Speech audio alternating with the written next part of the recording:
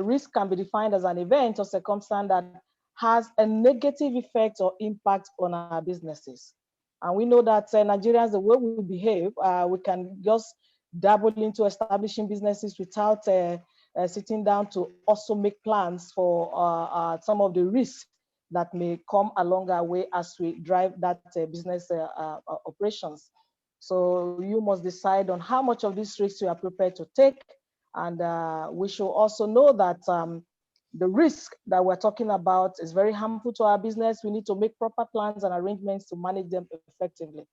And the risks also, they come in different ways. What I'm trying to say is that the risks come as it relates to different businesses. And to take us on this subject today is somebody that is very vast, a subject matter expert in the person of Mr. Kayode Akonde. Mr. Kayode Akonde is the Managing Director, Chief Executive Officer, Alliance Bridge Finance Limited. He holds an MBA in Finance and Strategy from Business School of Netherlands between 2009 and 2010. He also holds a higher national diploma in accountancy from the Polytechnic of Ibadan between 1991 and 1997. He was the Executive Director, Business Development and Strategy from 2015 to 2017 of the Premium Pensions Limited. And also he was the Executive Director, Operations and Services between 2011 and 2015. Please, ladies and gentlemen, join me as we welcome our facilitator today, Mr. Kayode Akonde. Please, sir, are you there, sir? Is Mr. Kayode there, please? I'm here. Can you see me? Can you hear me? Yes, I can hear you, sir. We welcome you, sir. It's a Madam, pleasure to have you this morning or this afternoon, sir. You can take over the class, sir. For the introduction. Thank you so much, sir. So we can get straight to business. Good afternoon, everybody. Good afternoon, sir. You can go ahead. Yes, sir. Okay, so I can share my screen right away. Yes, you can. Okay, so let me get to do that.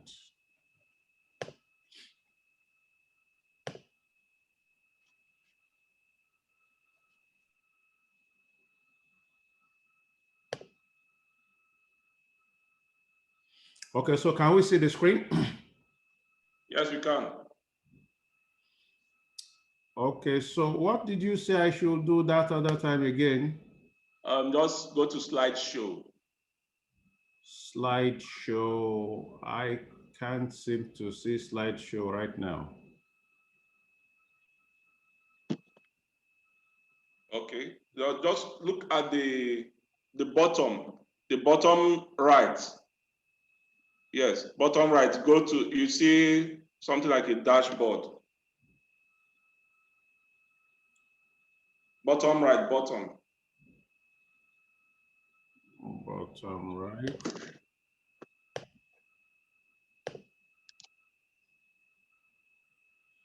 But can we see the screen? Yes, we can. Okay, so if we can see the screen, then we can proceed, okay? Okay. Okay, so ladies and gentlemen, this is not an academic discourse because I'm actually not an academician, I'm a businessman.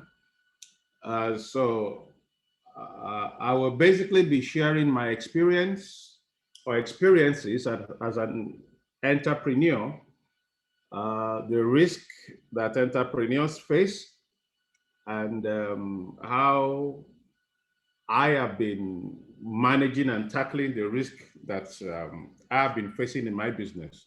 Okay, so I run a finance company, and like I tell people, a finance company licensed by the CBN has the license to do everything a bank does, except two things. We do not collect demand deposit from customers, and we do not deal in FX transactions. So every other thing a bank does, we do. So that gives you the idea of the scope of our business and our operations and the type of risk that we are faced with. Our moderator has already defined risk for us. and we don't need to go too much into the detail of that. But in my slide that I prepared, I actually just gave a short definition of risk as the possibility of something bad happening. There are several other definitions there, okay? Risk is a situation involving exposure to danger. Like somebody said, we face risk every day. I'm a Yoruba man. We have a Yoruba proverb that says that which means you can't stay in your house and face the risk of breakage of neck. But we know that's not true nowadays again. Anywhere you are, you're actually exposed to some form of risk. More so when you now decide to run some form of business. Clearly, business involves risk and entails risk. So we have an idea of what risk is. So the issue is how do we manage risk? Because you can only say you want to avoid risk if you are not going to engage in any business. No matter how small the business you are engaged in, there is some form or some element of risk that you're already faced with. So once you decide to be a businessman, to be an entrepreneur, you are faced with risk in whatever business that you are doing. And the challenge for you is how you will be able to manage the risk. So still on this slide, I say risk management is the process of identifying, assessing, and planning for possible risk associated with activities and events of our businesses. And I go ahead to give an academic definition of an enterprise risk management framework. So risk is basically classified into three: business risk. This is the risk that business takes once you decide to be a businessman. And non-business risk, these are risks that are beyond your control, so to say. Just now we are hearing that the president of Chad has been killed in the battlefront.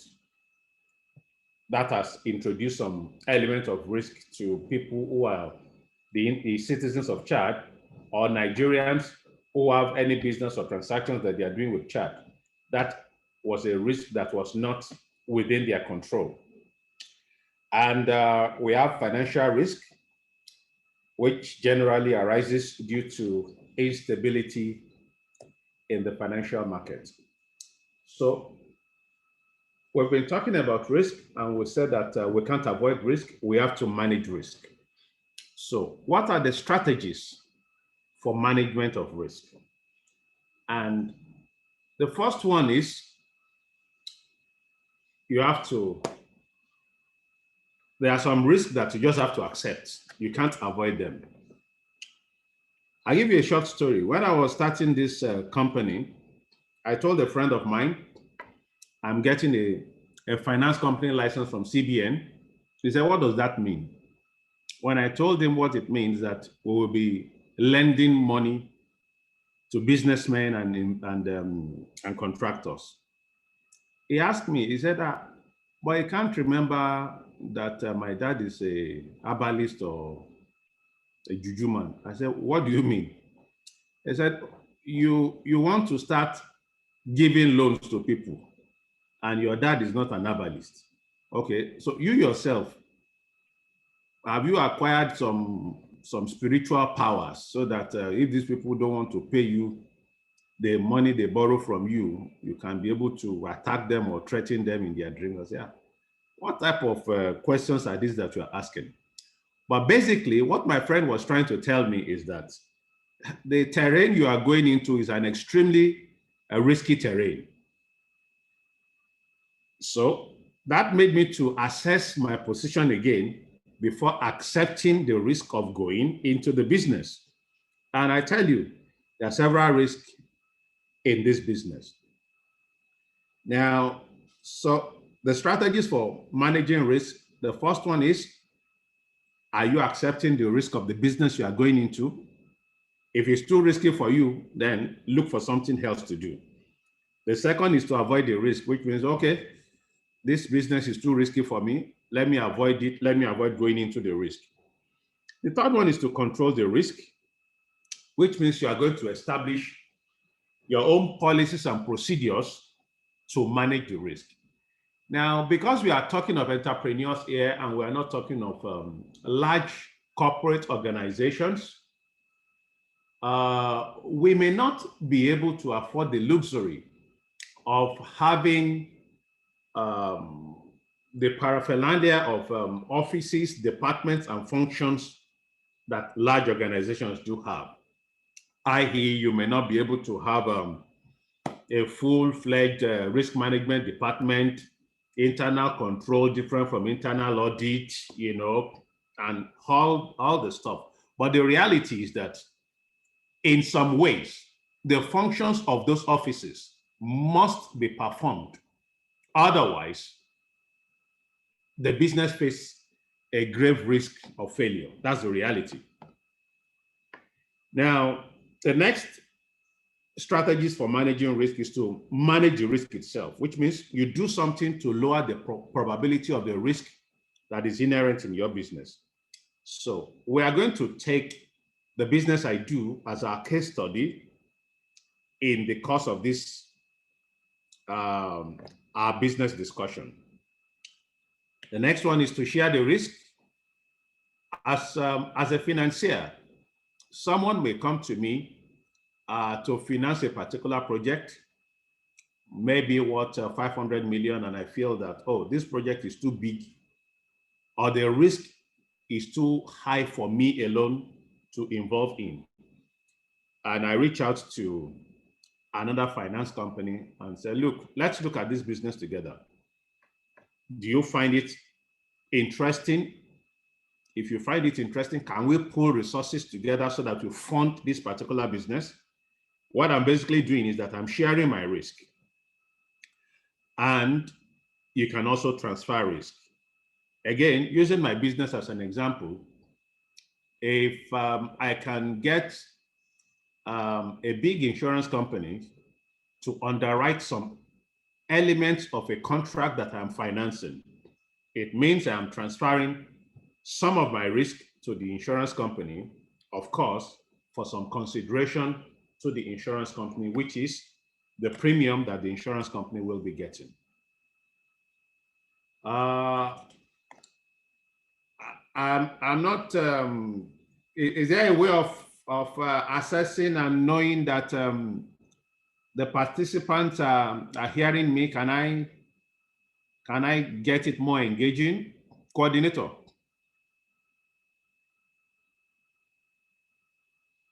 Is the coordinator there?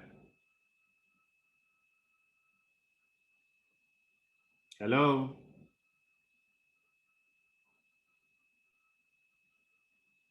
Hello, we can hear you, sir. Okay. Is there a way of getting the session more interactive?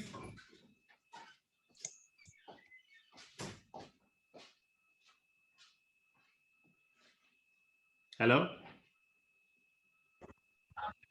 We can hear you, sir. I say, is there a way of we getting the session more interactive? Of course, you Yes, can. sir. Of course, we can. I want to make it like a physical class session, and I want to be to be throwing issues up for the class to discuss. Okay. Okay. What we do, we do have a Q&A session if we are referring to the agenda. But for anyone that would like to ask a question or make a comment, we're encouraging everyone to make a comment during the session. You can raise your hand and you'll be called upon to speak. Okay. We were muted, but it's okay now. We were muted before, but I think it's okay now. I've been unmuted. Yeah, the moderator was also muted. I was struggling to unmute my mic. I could not get that done. I'm sorry about that, sir. Innovatively. It's okay. It's okay. It's okay. Okay, so we can carry on. So we've been discussing about risk, and we know that there are risks. Yes, sir. Yes, sir. And we know that there are risks in our businesses. So we are now talking about carrying out a risk assessment. You see, when we mention this thing, it does not necessarily entail, that you probably engage some consultants, you sit down at some strategy sessions to carry out risk assessment. But believe you me, there is nobody that goes into any business that does not carry out a risk assessment.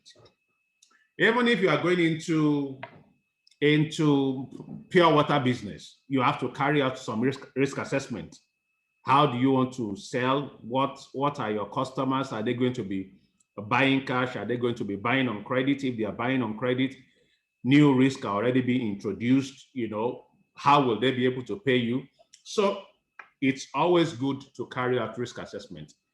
It may not be so formal an engagement, and it may be formal, but the reality is that for an entrepreneur, you must actually carry out a risk assessment. Now, I say a risk assessment is a method used to identify weaknesses which might prevent an organization from achieving its goals and objectives.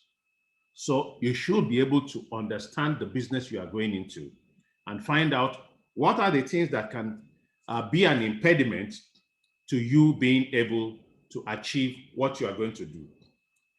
So the first thing is to identify weak areas within a business unit and or company. Now, let me give you a little business story. When we were going to start Alliance Bridge Finance Limited, and while we were still expecting our license from CBN,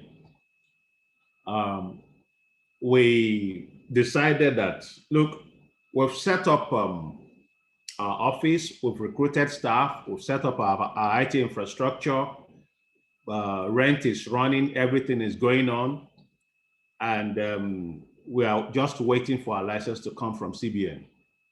So as a board, we said, look, let's kickstart what we want to do. People are already coming to us, for transaction lending. So let's start something using an existing company name, an investment company that we have. So we started something, and customers were coming. We assess the contracts they come with, and we give them loans. Only for us to discover that some set of customers were not forthcoming in paying back their loan, and they were not even making any effort towards it. So we got concerned, and we reached out to them, did everything we can to make them to pay.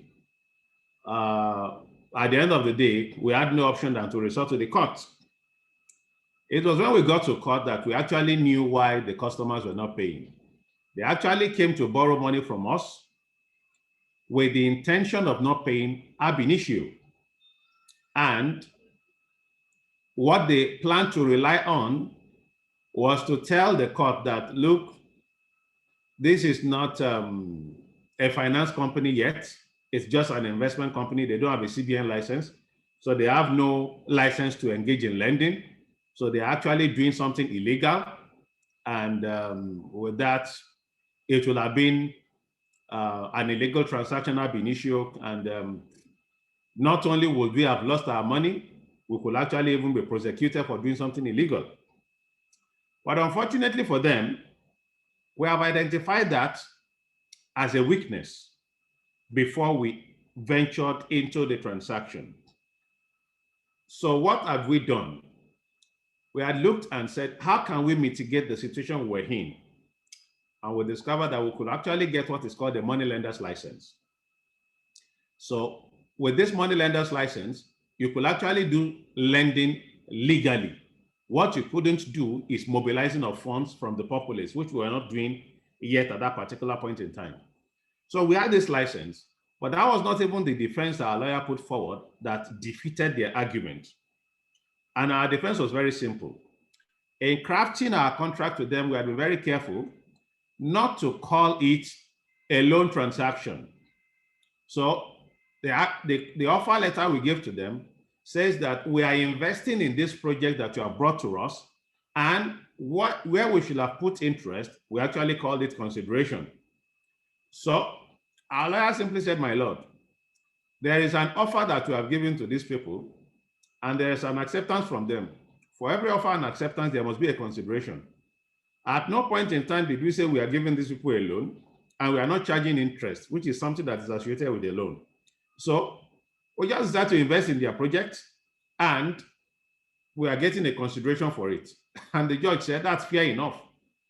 So just based on that argument, they lost the case and, they had no option than to pay us.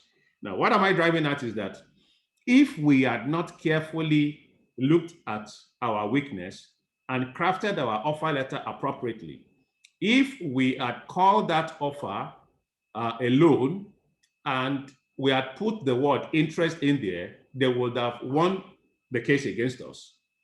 And that's how they would have gone, without paying the facility that we advanced to them. So you have to be able to, identify, weak areas in your business and, profile mitigants to be able to overcome them.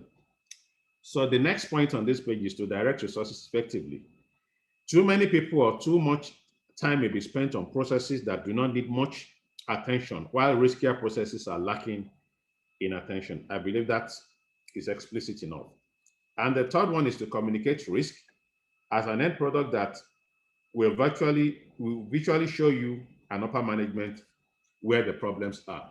The example I just gave actually showed us where our problem lies, at that point in time. Now, risks are often assessed and the probability of the occurrence will be looked at. So there are two key things that you are looking at when you're assessing risk: how probable it is for this risk to occur. And if this risk occur, what is the likely impact? For example, for somebody in my line of business, one of the risks that we are faced with is the risk of, probably hazards of fire. If that occurs,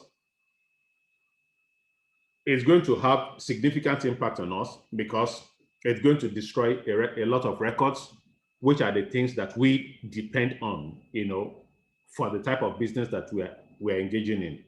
So now, what's the probability of a fire incident occurring? It's something that we have to now assess. Is our office built close to a filling station or close to a place, maybe a restaurant where they are cooking with fire and all the stuff? Those are the things that determine, the probability of fire occurring. We already know that the impact of fire will be very high. So what are the things we are going to be doing to ensure that we mitigate the possibility of this? Of course, we now have the facility of being able to store our records, in soft copies. So those are some of the things that we'll be putting in place. And of course, putting the latest firefighting alerts and mechanisms in place.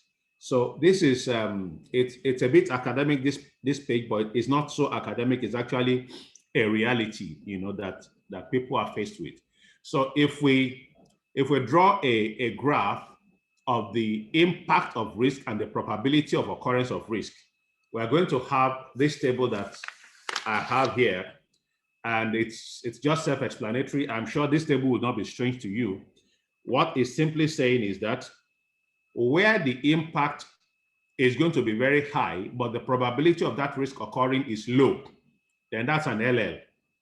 It's low and you don't need to concentrate too much resources in mitigating or controlling such risk. Where the impact is very high, but still the probability of occurrence is still extremely low, well, that's an HL. It's a medium. You may actually pay some attention to it.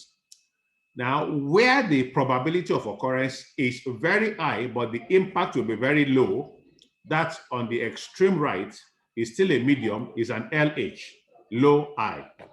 Meanwhile, where the impact is going to be very high and the probability of occurrence is going to be very high too, then that's a danger zone. It's an HH. those are the ones that you have to really pay serious attention to. So what are the broad categories of risk that face entrepreneurs in various industries? So I've made this to be as broad as possible so that it can cover as many industries as possible. But again, I will try and focus, on my business and the industry, the financial services sector in which I operate. So the risks that are faced by financial institutions where I operate can and generally by most businesses can actually be categorized into 9. And the first one is what we call operational risk. So what are operational risk? So we'll be coming back to this slide as we go forward. So operational risk is the risk of loss resulting from inadequate or failed internal processes, people, and systems, or from external events. Operational risk losses are categorized under the following event types: fraud, which can be internal or external; employment practices and workplace safety; business disruption and system failures; execution, delivery, and process management; client, products, and business practices; and damage to physical assets. Now, like I said, this is not going to be too much academic. So let me give you a small business story along operational risk that we faced and how we're able to overcome it. Now, the business we do, a customer comes to us with a contract from an organization to either do a project or to do some supplies, and the customer or the contractor does not have sufficient funds to be able to execute the contract. So that's why he's approaching us to come and fund the contract. So the very first thing we are doing is that we are looking at the contract and saying, okay, let's be sure that this contract is from the particular organization you are saying it's from, because typically it's not contract from every organization you are funding. I mean, you want to be sure that the organization that issued the contract that the contractor has brought to you is a reputable organization and a financially buoyant organization that will pay the contractor once the contract is done. So this particular contractor came to us with a contract from a reputable organization, in fact, an international organization. And we looked at it, oh, these are the type of contracts we are looking at. So the first thing we do is to try and confirm that the contract is genuine before we go ahead to say we want to start funding it. So typically we write a letter to the organization, attach that contract, and tell them that, okay, we have this contract from your contractor. We want to confirm from you that this contract is from you, it's genuine and all the stuff. So not quite 2-3 days, we got a response from the organization. In fact, it came via speed post, I think DHL. And we opened it and we saw, oh, it's from them. Oh, this international organization, they are so efficient. They had to even DHL our inquiry about the validity and authenticity of this contract. And it confirmed it that the contract is from them, it's genuine, it's okay, we can go ahead and fund it.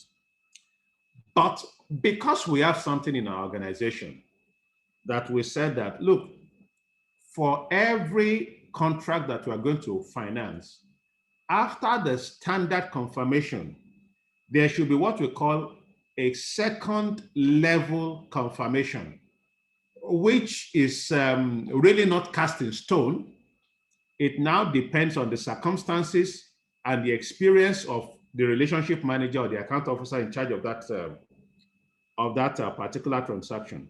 So what did the account officer do? Yes, we've gotten the first level confirmation that the contract is genuine, it's okay.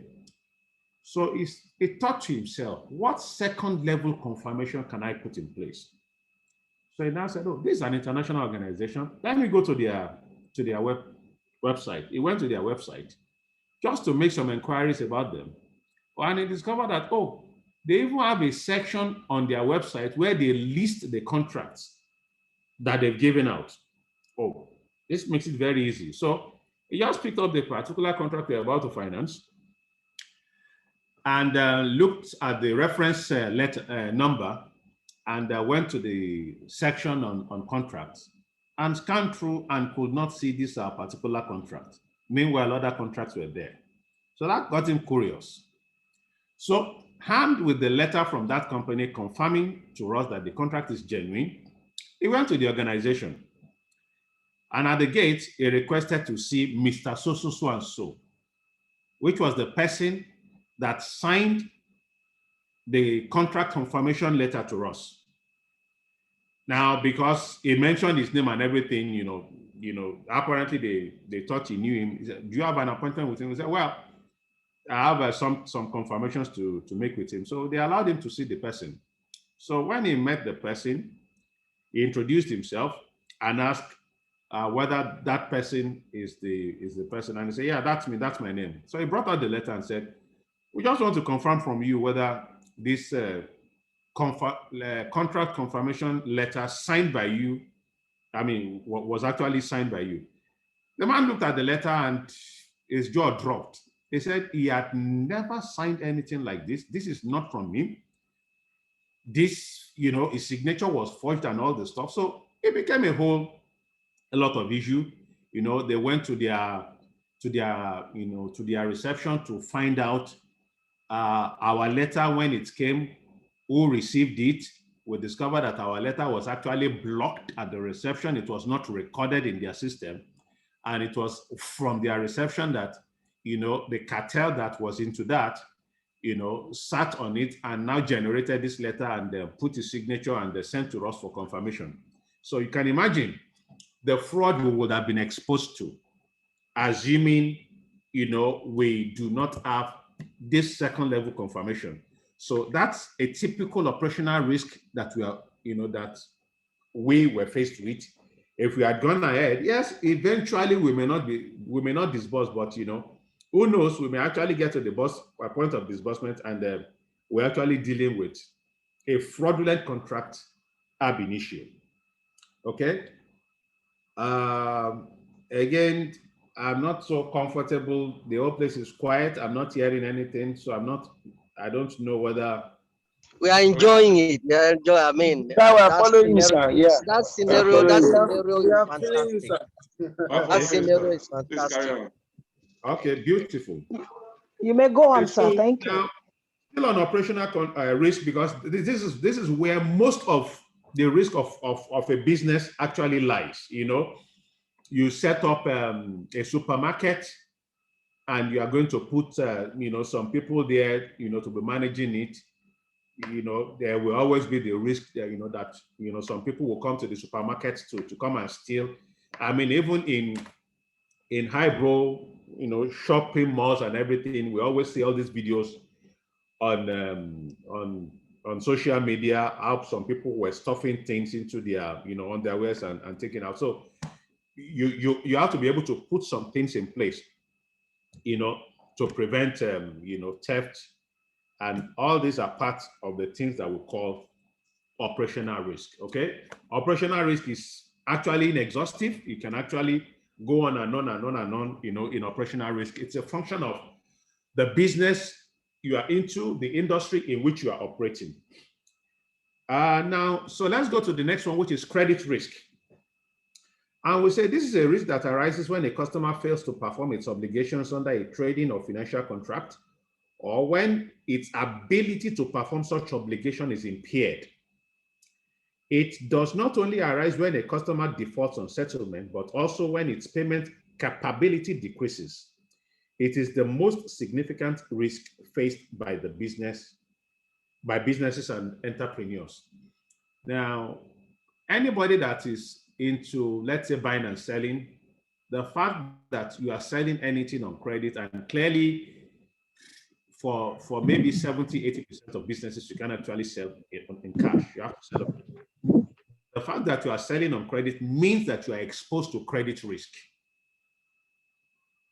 because the possibility of the person you've sold to not being able to redeem or make do their pledge or pay down their credit when it matures, that possibility is always there. Okay, so let's go let's look at the example of where the industry in which I operate and my business. So clearly my business faces a lot of credit risk. In fact, when we give a loan to a customer, we say we have granted the customer a credit facility. So the customer must be able to pay us back.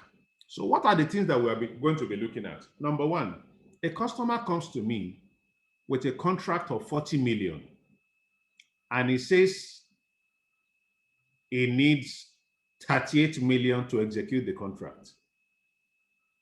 I mean, that's already showing me that that's a very huge credit risk. Is the customer telling me that the totality of the profit on this transaction is 2 million? And how much will be my interest that I'm charging? Is this business going to be profitable to the customer? Is the customer going to be able to pay me back? Those are the things I'll be looking at.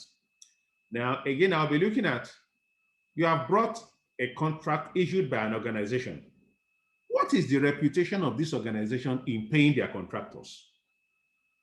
If this organization does not pay their contractors on time, and I go ahead and finance you, and you deliver on the project, and the organization does not pay you, how will you be able to pay me? So credit risk is a risk that is, very significant, and most organizations are faced with. If you don't assess your credit risk well before you go into having a transaction with a customer in which a credit risk is arising, you will actually have your fingers burnt. And that's why for financial institutions like us, we have a lot of processes that we put in place, to help us assess our credit risk and be able to mitigate or manage it. One of it is when you want to borrow money from a financial institution and they say, go and bring your bank statement. There are a lot of things that we are looking at in the bank statement, okay? We are looking at, okay, this guy that has just brought a transaction of 100 million and he says he needs 60 million, 70 million to be able to do it. We check your account and we see that for your company, the maximum amount you have ever received in the past 1 year is 350,000. This man has not managed even 5 million before, or 10 million. Talk less of 70 or 100 million. So that puts a question mark to your capacity, or your credit, capacity. Secondly, we look at your account and we see tons and tons of return checks. What that tells me is that you are a big risk credit-wise, because what it means is that when it is time for you to pay me, the check you give to me may actually be bounced. So those are the things you are looking at. Again, we have what we call credit bureaus now. So I slot in your name into the credit bureau and I'm looking at, okay, what's the report coming out? Now, the fact that you have accessed loan in any bank or any financial institution before and your name comes out in the credit bureau is not a bad thing, okay? In fact, it's only in this client that everything we do is on cash. The other day, before COVID started, a friend of mine, went on holiday and it was on credit. He came back from his holiday with his family. They are based in UK, and then he started now, paying the credit with which he went on holiday. So having your name coming out on the credit bureau is nothing bad. It is if the credit bureau report now shows that your loan with any particular organization is actually not performing, that's where the issue is. So when I run a credit bureau check on you and your name comes up, in fact, I'm happier because it shows me that, oh, you are not strange to credit. You have actually borrowed money before and you have either paid down or you are paying down and it is performing. In fact, it is better for me if your name comes out in the credit bureau than if it doesn't come out. If it doesn't come out, it means, oh, I am the first person you are coming to borrow loan. How am I sure about your character when it comes to repayment of loan? So credit risk is very, very significant. Again, are we clear on credit risk before we move ahead? Yes, sir. Okay, so let's look at liquidity risk. Now, liquidity risk, in fact, all the people that comes to me to get financing have actually faced a liquidity challenge, because look at it. You have a contract of 40 million, you need 20 million to execute the contract. If you have the 20 million, you are not going to approach any financial institution for fund. It is because you don't have it. You are illiquid.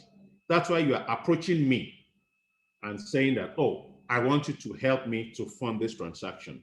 Now, it is interesting that financial institutions like ours, we are actually face liquidity risk. And you ask me why. I tell my customers that, look, I don't have a machine in my office that prints money. If I do, that's an illegal thing, okay? So the money that we are giving out as loans, how do we get them? Yes, when we started, the bulk of the money will come from the promoters of the business, because we have to show that we have confidence in what we are doing and carry the risk. The shareholders are the ultimate risk bearers. So we have to first of all commit our monies, and those are the monies that serve as our working capital at the beginning, from where we are financing our customers. But after a while, clearly, we have to now start assessing funds, from the outside world, and we start mobilizing deposits. Now, when I say that as a finance company, we are not allowed to take current and savings account, it doesn't mean we can't take term deposits. Actually, term deposit is what finances the majority of our transactions, the bigger we grow. At the beginning, like I said, our shareholders funds will probably be the one that is financing almost all of our transactions. But as we go bigger, we will be getting more and more of investors, putting their investment with us, in terms of term deposits. So there is a possibility that we too will be facing liquidity risk. And how do I mean?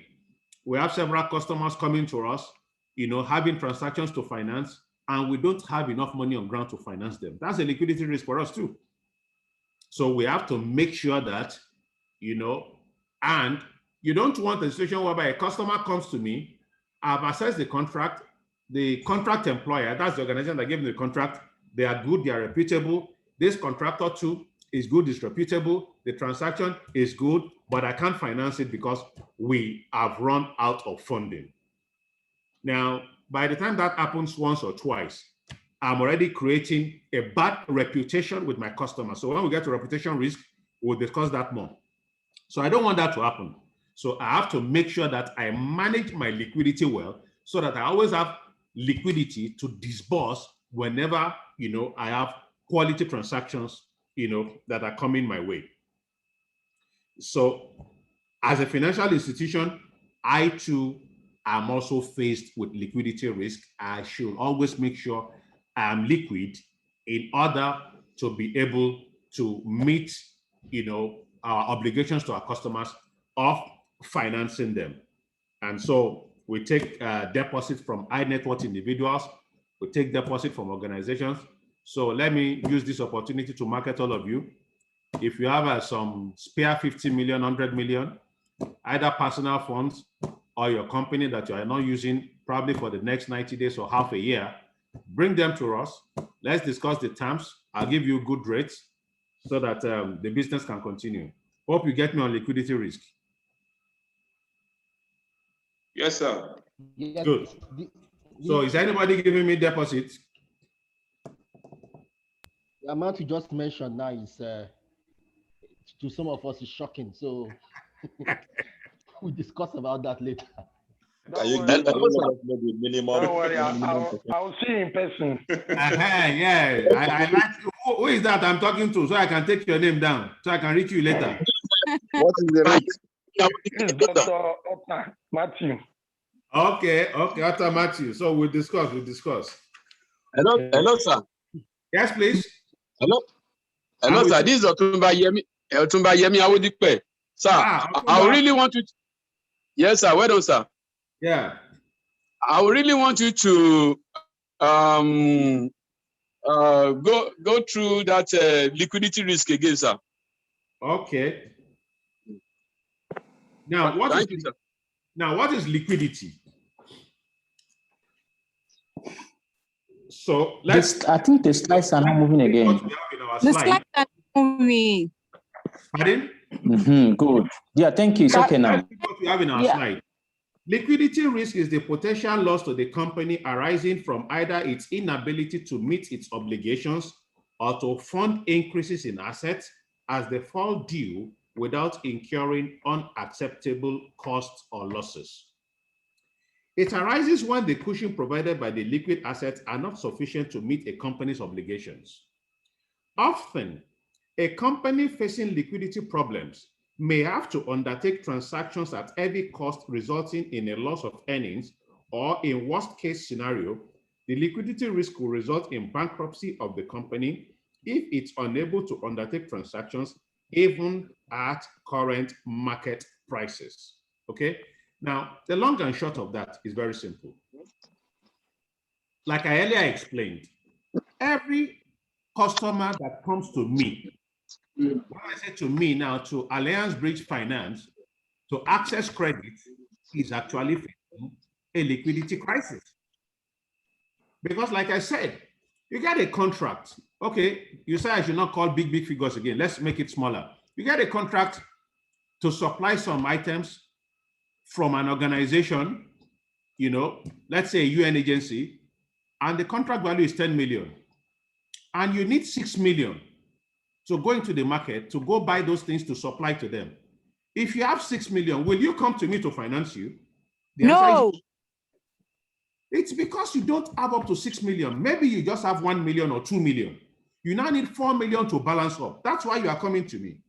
Now, if you don't come to me, two things happen. You lose that contract. Okay? Now, that's a contract that has a profit margin of 4 million for you, because all you need is 6 million and the contract value is 10 million. So if you come to me, maybe I will charge you interest of, let's say, 500,000. So your profit is now reduced by another 500,000. So you still have a profit of 3.5 million to take home. If you don't come to me, you are losing the entirety of that 3.5 million. Okay? So liquidity is when you don't have enough funds to be able to carry out your project or execute your transactions. Now, going back to this particular example, that this man that got a contract of 10 million from a UN agency, if he fails to perform on that contract, you know what? There is a possibility that that UN agency will blacklist him. They are not going to give him another contract. See the numerous losses that he's already incurring because of liquidity. Okay? So every organization faces liquidity. And that's why financial institutions are there. We're actually financial intermediators between people who have excess cash and people who have excess cash and they don't have any need for it at the moment, and people who do not have enough cash to meet the demands of the transaction or the projects that they want to engage in. That's basically, what liquidity is all about. Is it clearer now? Yes, sir. Thank you, sir. Okay. And what I'm saying is that it's very clear, sir. Very clear. Okay, that even we as financial institutions, we ourselves, we are faced with liquidity risk. Because like I told you, you don't want me to have a situation where customers come to me with quality transactions and I don't have liquidity myself to be able to finance them. So every one of us face liquidity risk. So we can go over to strategic risk. Now, strategic risk is the potential for loss arising from ineffective business strategies, the absence of integrated business strategies, the inability to implement those strategies, and the inability to adapt the strategies to changes in the business environment. Okay? Now, let me give you another business story. When we were starting this company, the first thing we did was to organize a strategy session. And we did actually we actually paid a lot of money to get one of the best in the industries, the people that we call the big four among the consulting firms, to actually, anchor our strategy session. And in the course of the session, we've, they will have several interview sessions with the management and the board members to have a clear idea of our business focus, our target market, our areas of strength, looking at our SWOT analysis and all the stuff. So they've come up with, what they believe should be our roadmap. But when they unveiled the roadmap to us, it was focusing us on consumer lending, retail lending. And we were not looking at retail lending. We were looking at, contract finance, which is basically what we are doing now. And they did tell us that, look, the area you are going into, contract finance, is extremely too risky. I mean, there are several contractors out there, that, federal government has been owing them money for the past 3, 4, 5 years. Why do you want to go into contract finance? What everybody in this industry is doing is that, they are doing consumer finance. Also, why did you disable me on the video call? Video listening, please. Can you unveil me from the video, please?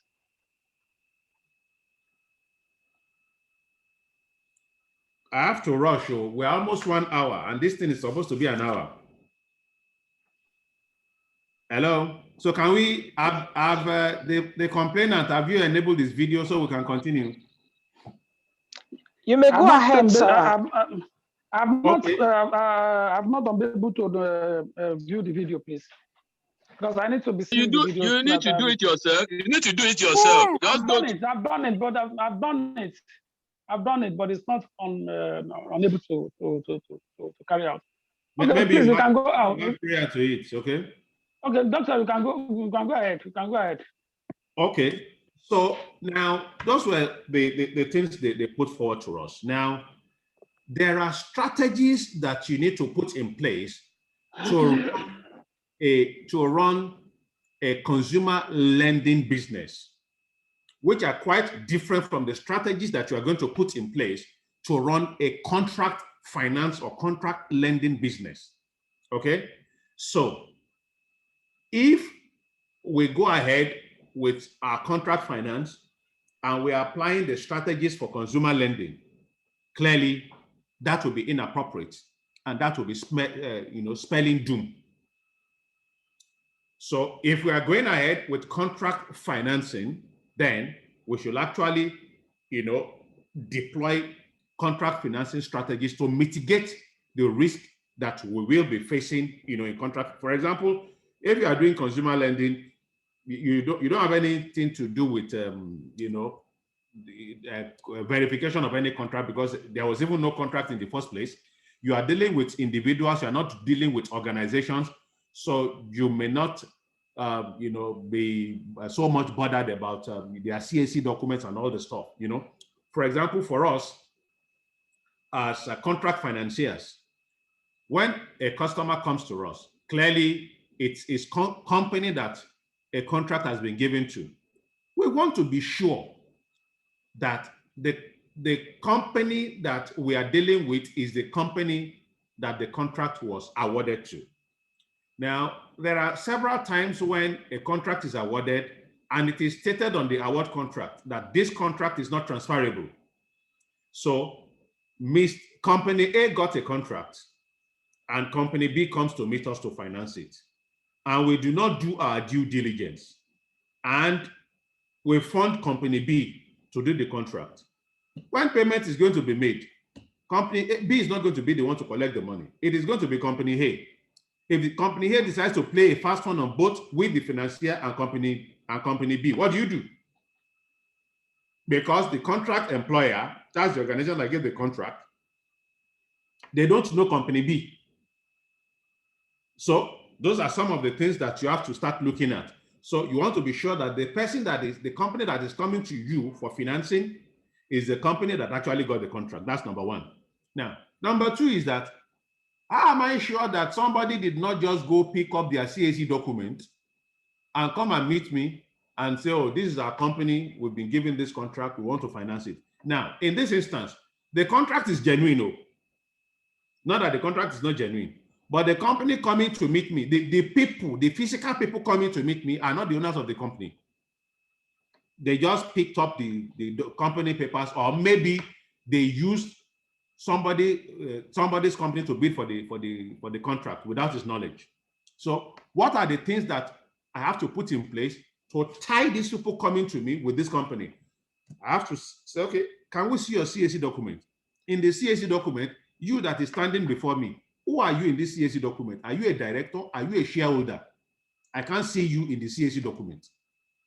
So if I can't see you in the CAC, I mean, that's an indication to me that I'm dealing with two disparate set of people. Then if you are trying to claim it's you, you sign your signature, it's different from what's in the CAC document.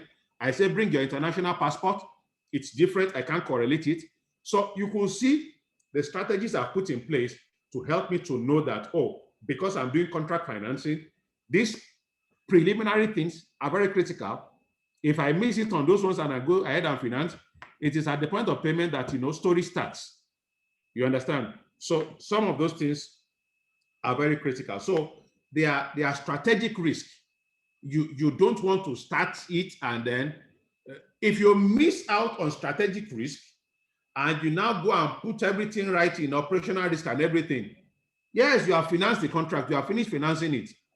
At the point of payment, that's when you discover that, look, I've strategically missed out something, at the beginning of this process. So, like I said, it's already 1 hour. Any question on strategy risk? Can I go to legal? You may go ahead, sir, because of our time. Okay, so on legal risk, I said legal risk is the risk of real or threatened litigation against the company. This risk can represent a significant burden on the company in terms of cost, disrupt the operations of the company, creates reputational damage, and ultimately reduces the earnings of the company. Legal risk may arise from any of the following: unenforceable contract, lawsuits, adverse judgments, and loss of corporate focus. I'll just give you a small business story on legal risk. Okay, so we gave an offer letter to a customer, to fund a contract that he has brought to us, okay? And typically, we always have a 1 week, 2 weeks, within which to consummate everything. So, those are things that the customer needs to do. We call them conditions precedent to draw down, that the customer needs to put in, things that the customer needs to put in place before we finally disburse funds. So, without doing that, even though we've given you an offer letter, there's not going to be any disbursement. So this particular customer, I just received a call. I had not even stored his number on my phone, and I introduced himself. He said that he was in my company, in my office a few days ago to sign a contract, but unfortunately, we are reneging on the contract. We have not performed on the contract. I didn't even look at the offer letter we give to him, that's the contract the guy is talking about. I said contract. I said, okay, sorry, we don't issue contract in my company. We don't construct road. We don't ask people to supply any material. So which contract is this? He said, no. He's talking about the financing offer that we gave to him. He said, okay, you mean we say we want to borrow you money to do your project? It is what you have already turned to legal jargon. You say contract, we have not performed. It just dawned on me that somebody could actually go to court to go and sue us that we have promised to finance him and we have not financed him, and then he has suffered loss. So what did we quickly do? We inserted a clause in our offer letter that, number one, this offer is subject to availability of funds. In case we don't have money and we don't fund you, you can't, nothing can happen. And then we now emphasize more on our conditions precedent to draw down that if you don't fulfill these things, bring this, we are not going to disburse money to you. So that we have to put it there. So those are the type of legal risk, frivolous, lawsuits can just be coming up. So you have to make sure that, you put sufficient mitigants in place, to avert that. Are we okay with legal risk? Yes, excuse me, sir. Yes, we are true. Yeah, we're true, sir. But Emmanuel Edime's hand has been raised. I don't know if we may allow him to speak. Okay, so Emmanuel, can you speak, please? Emmanuel. Yeah. Emmanuel, go ahead with your question. Okay. Okay, thank you so much for the event so far. You've really done a lot demystifying risks. My question is on strategic risk. If at the point where an organization has realized that they've goofed on their strategy or they've not properly implemented their strategy, at that point, is the onus on management to quickly have a turnaround or a change of mind to implement another strategy, or the onus is on the whole organization as a whole to look at the strategy and say, let's go back to the drawing board and then let's implement something that will work? Actually, you've answered the questions. The answers to your question is already contained in your statement. Now, you've identified that you are on the wrong path. The first thing is to stop and take stock and retrace your steps. Looking at the example that I gave concerning us, if we had gotten ourselves convinced by the consultant and go the way of a consumer lending, okay? And all the structures we have put in place were for contract lending. For example, a very key thing that you must put in place for consumer lending is a very robust system that will be able to manage several customers in their thousands, because what drives business for consumer lending is not one, in contract lending, I can fund somebody for a contract of 100 million, he needs 60 million, I fund him. I can actually make a 6 million, a 10 million, depending on the tenor. Maybe it's 3 months, maybe it's 4 months. I can actually make a 10 million on one customer. You can't make that on consumer lending. You have to have given facility to 1,000, 2,000 people, before you can make that. So consumer lending demands that you have a robust IT infrastructure and architecture that can support that. So if I don't have that in place, and I'm just structured for contract lending, and I venture into consumer lending, clearly, if I have not put that infrastructure in place, I will not be able to deliver. So what now happens in the middle is that, okay, is either you continue in your consumer lending, if that's the option you have taken, and now deploy the infrastructure that will be able to support it, or you stop and then come back to your contract lending, retrace your steps, and start pursuing business in the direction in which you have put the necessary infrastructure and the risk management framework in place. Does that answer your question? Yes, it does. Thank you, sir. You're asking whether it's the whole organization. I mean, it's the management that is going to jumpstart it anyway. So the management represents the organization. So it's the management that is going to jumpstart and push the organization in the right way to go. Are we okay with that? Yes, sir. That's good.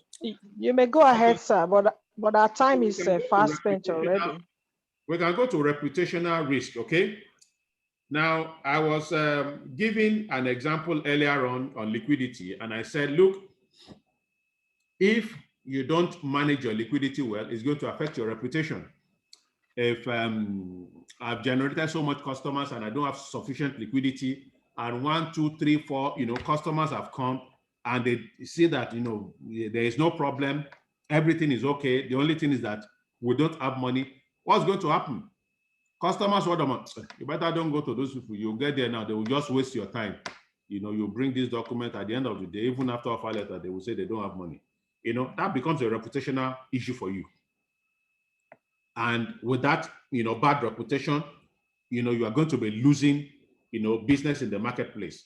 So we define reputational risk as the risk that the company's reputation is damaged by one or more reputational events as reflected from the negative publicity about its business, practices, conduct, or financial condition. Such publicity, whether true or not, can affect public confidence in the company, and it will result in costly litigation or lead to a decline in revenue, which is part of, what I just mentioned now. So with that small example, I want to believe that it's not a reputational risk, okay? Can we move ahead? Sir, but the slides are not moving. It's still stuck on legal risk, sir. Sorry. Thank you, sir. So have you seen reputational risk now? Yes, sir. So can we move ahead? Please go ahead, sir. And our time is fast spent, though. Okay, compliance risk, that's the next one. And is defined as a risk occurring from violation or non-conformance with laws, regulations, prescribed practices, or ethical standards of the industry in which the company operates. This may result in fines, penalties, payments of damages, withdrawal of business, etc. Now, there is no organization. Once you register the company, you must pay tax. You must pay, pension for your workers, NSITF and a couple of other things that you must pay. In a highly regulated industry like ours, financial services, there are a lot of regulations that govern all the things that we do. We must make sure that we are within it. Otherwise, if we are not within it, and if CBN should sanction a financial institution, now, the sanction of CBN is not just financial.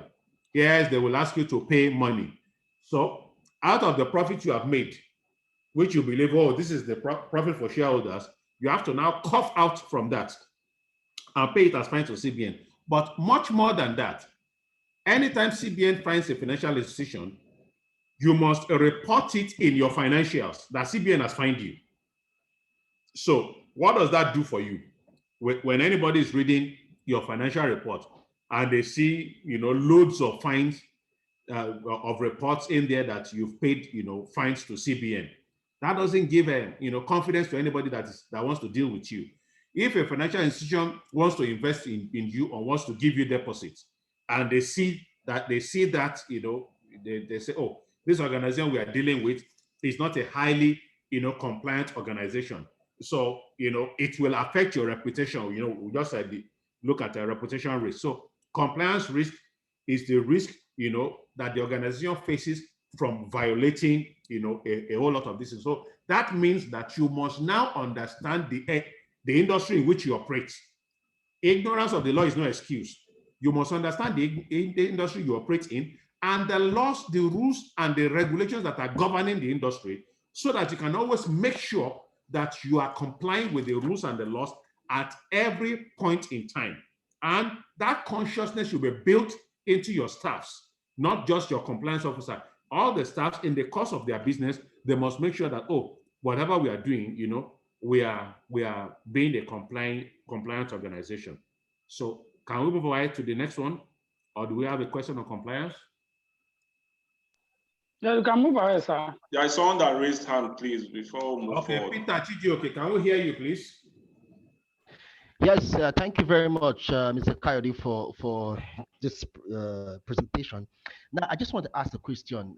Now, I'm bringing this back to entrepreneurship. I'm not going to put it into your line of business, contract financing. My line of business, I'm an entrepreneur.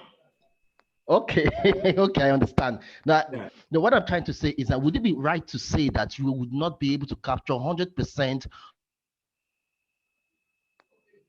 of risk during the startup phase for an entrepreneur? Because you see, as the business keeps going on and you're paying attention to your business environment and you're sensitive applying this PESTEL framework, because most of the risk you have analyzed right now are all tied to PESTEL. And if you keep analyzing it, that's how you can keep running a profitable and a sustainable business. Because if you live on the risk alone that you have analyzed or you have evaluated during the business plan and you are implementing it without paying attention to your business environment, I see that from what you have said, maybe when you're talking about the legal risk and somebody came back and said, no, because you did not finance me, I'm going to take you to court. This you would not have captured even during the business plan phase, because you would not have thought about it. So would it be right to say you'll not be able to capture 100% of it? Yes. Now, the reality is exactly what you said, okay?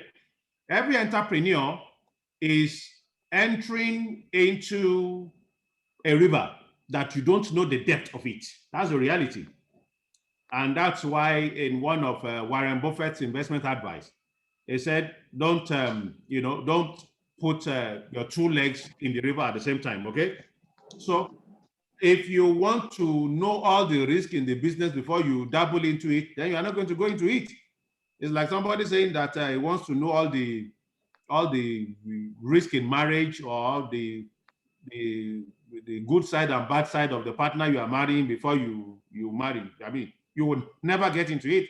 So it is when you go in, as you are saying, and then you are correcting and you are mitigating.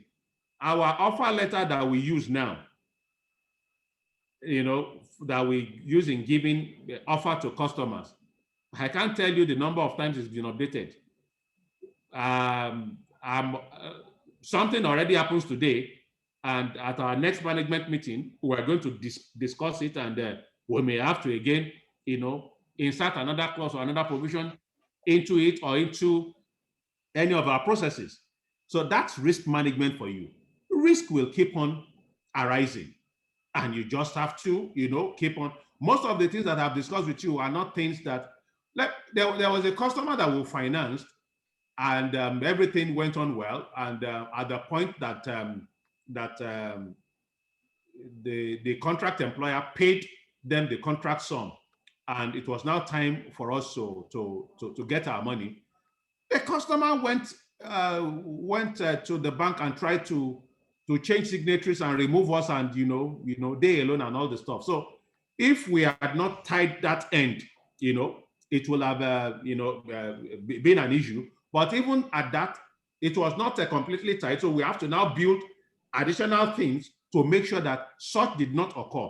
I mean, now when we say, okay, when we give you an offer, it is not just one person that is accepting, at least two directors, and we are looking at the shareholding of the directors. We know what we are saying, because in that particular instance, the customer that was coming to us when they were getting the loan disappeared. We didn't see him again.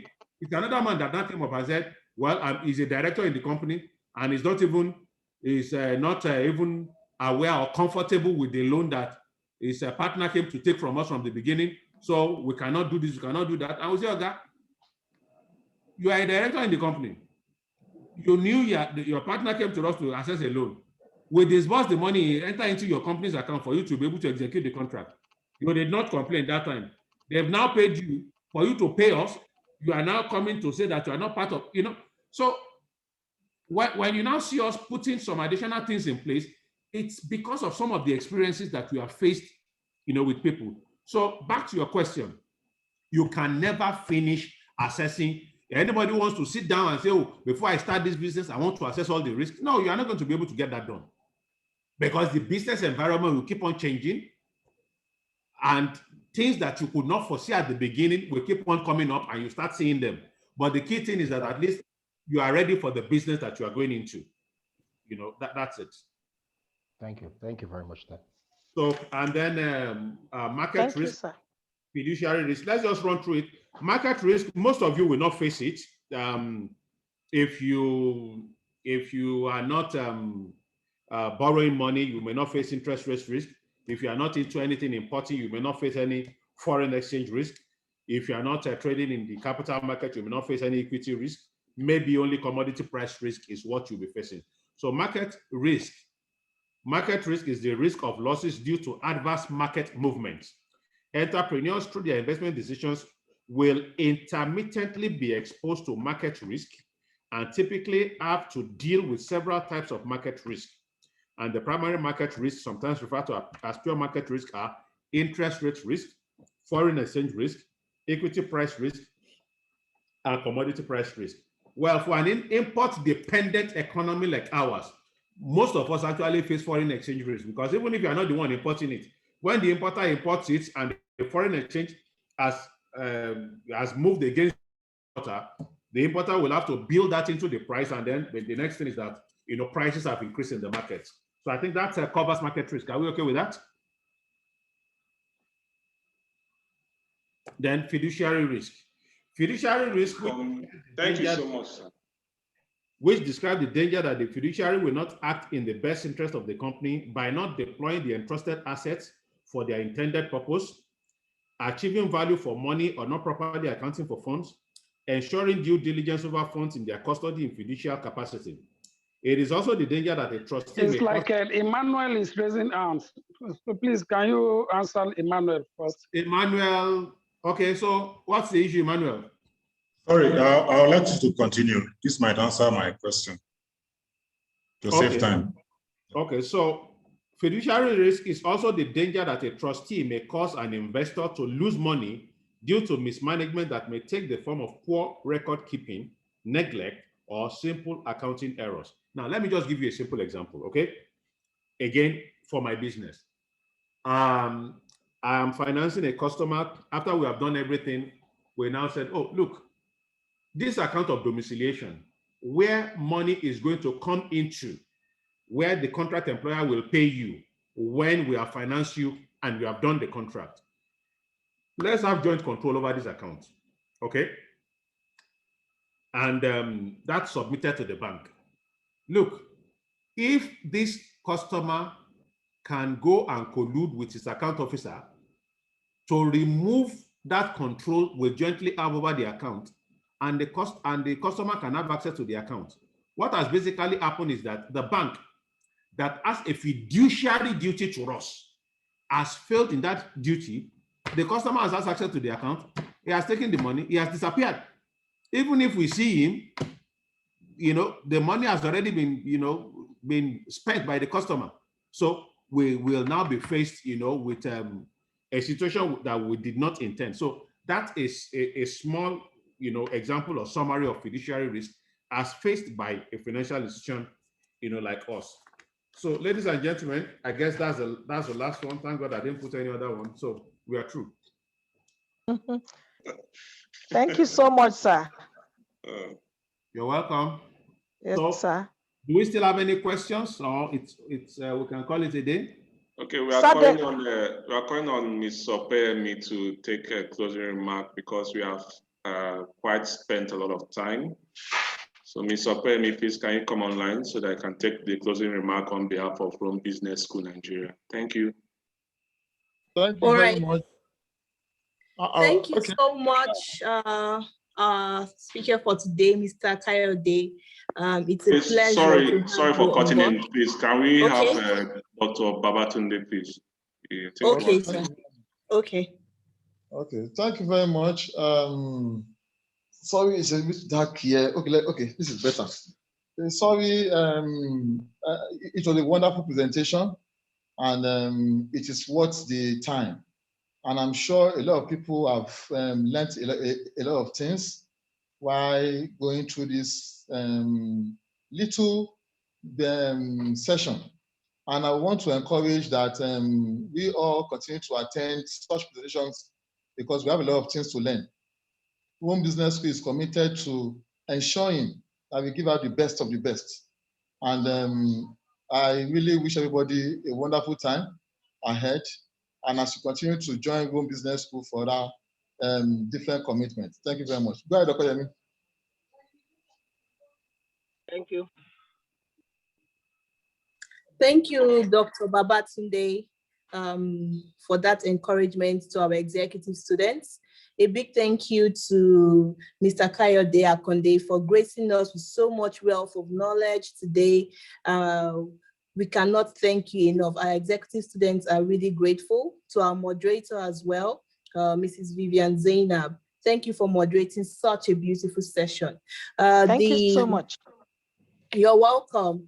The founder and Dean Rome Business School sends his regards as well, in name Professor Antonio Ragusa, and as well as the country director, Dr. Humphrey Akanazu as well. I acknowledge the presence of the program director, Dr. Adobe Arugoza as well, and our faculty members, Dr. Babatunde and Mr. Shino Alabede, who are, are part of our faculty. Our students are really grateful, Mr. Kayode, for dosing us with such wealth of knowledge. And a very big thank you to the Career Service Department and the Executive MBA Office for such a beautiful session.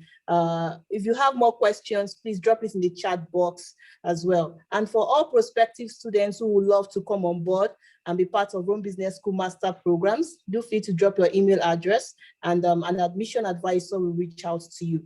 Thank you so much. Rome Business School staffs and executives are really grateful. Enjoy the rest of your day, everyone. Bye-bye. Thank you so much. You're welcome. Thank you so much. Bye. Before we go, please let us take a photograph, please.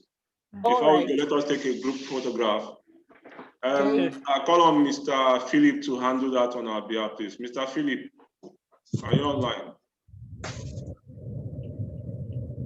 I want everyone to please enable their video so that we can take this photograph, please. Thank you.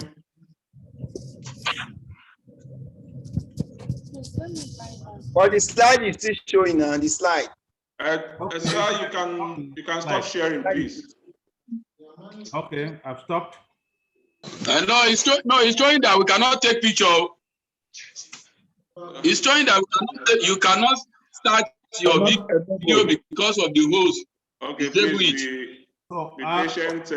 Mr. Philip will have resolved that soon, please. So what do we do to take pictures? Okay.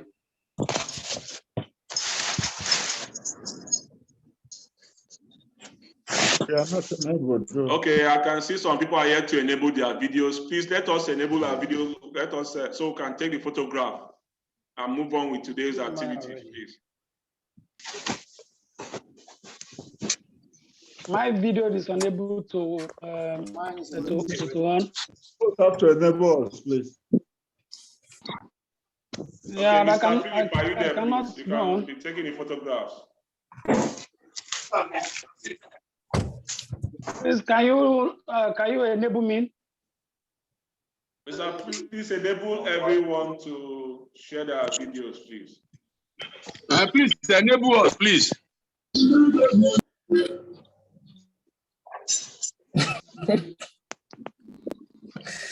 Mr. Philip, we are ready when you're ready, please. Almost there. Just wait. Exercise. Just be patient with me. Be patient with me, please. Open your video. Have you opened your video? Yes, I have. We need more video in the house. We need more video to be open in the room, please. My video is unable. It's not openable. Wow. Yeah. Okay. Enable a number of us. You have to enable us now. No, you have to enable also. No, you can open it. Just click on it there. Please, kindly. Yeah, Emmanuel Dime, Yemi, Awodipe, Giwa Ismail, Musa, Infinix S4. Kindly it's not enable. It's not enable. It's disabled. It's disabled, please. Oh, wow, that is strange. Okay, I'm trying to take the photographs. Okay, please carry on. Just wait. Why did you disable us in the first instance? You have disabled us now. Oh. Hello, please, can you enable me? Okay. Hello, please, can you enable me, please? Okay, I'm trying to enable you or be there with us. You need to enable all of us now.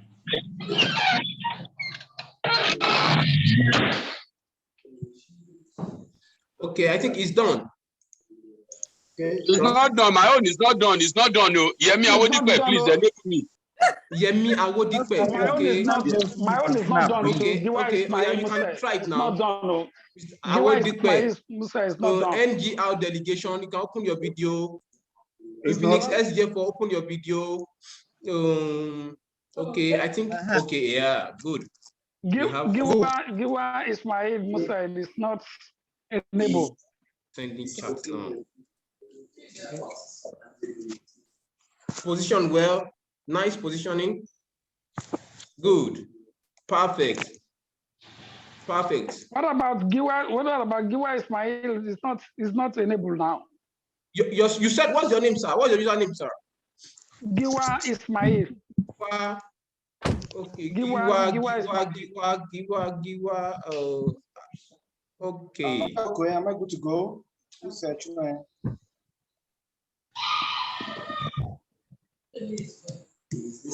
Giwa, are you enabled, please? It's not enabled, please. Okay, I think we've taken a good taking the larger number of the house. My own is not enabled, please. Okay, you can stop your video now. Thank you all very much. Thank you for your compliance. Really appreciate it. Okay, career service, over to you, sir. All right, thank you, everyone. Thank you, everyone, for joining us today. We really appreciate you. I believe that we have all learned something today. Hello. Okay, so thank you, everyone. You can quietly leave the room. Hello. All right, thank you. Have a good day. Thank you, Mr. Kayode. Appreciate the speaker. Thank you, Mr. Kayode. Thanks for having me. I appreciate you all. Thank you, Mr. Kayode. Thank you, sir. Hello. Thank you so much, sir. Thank you so much, sir. You can leave the room. Mr. Philip, please play the jingles while we go on. I'm not enabled, please. I'm not enabled, please. They say 50 for 10 million. I will tell you. Opposite the airport. I'm not enabled, please. 10 million. I just want to tell them to raise money to pay you something. Yeah, Mike. Yep. Yeah, we don't talk now. I tell them, we say 2 million in road. You don't work now. I tell them, they don't go work now. Don't tell them. I tell them, I need to sell money to plastic. And now I will show them did when I said, Please, you might need to mute. Okay. Galaxy S20, can I change the million? Galaxy S in the million.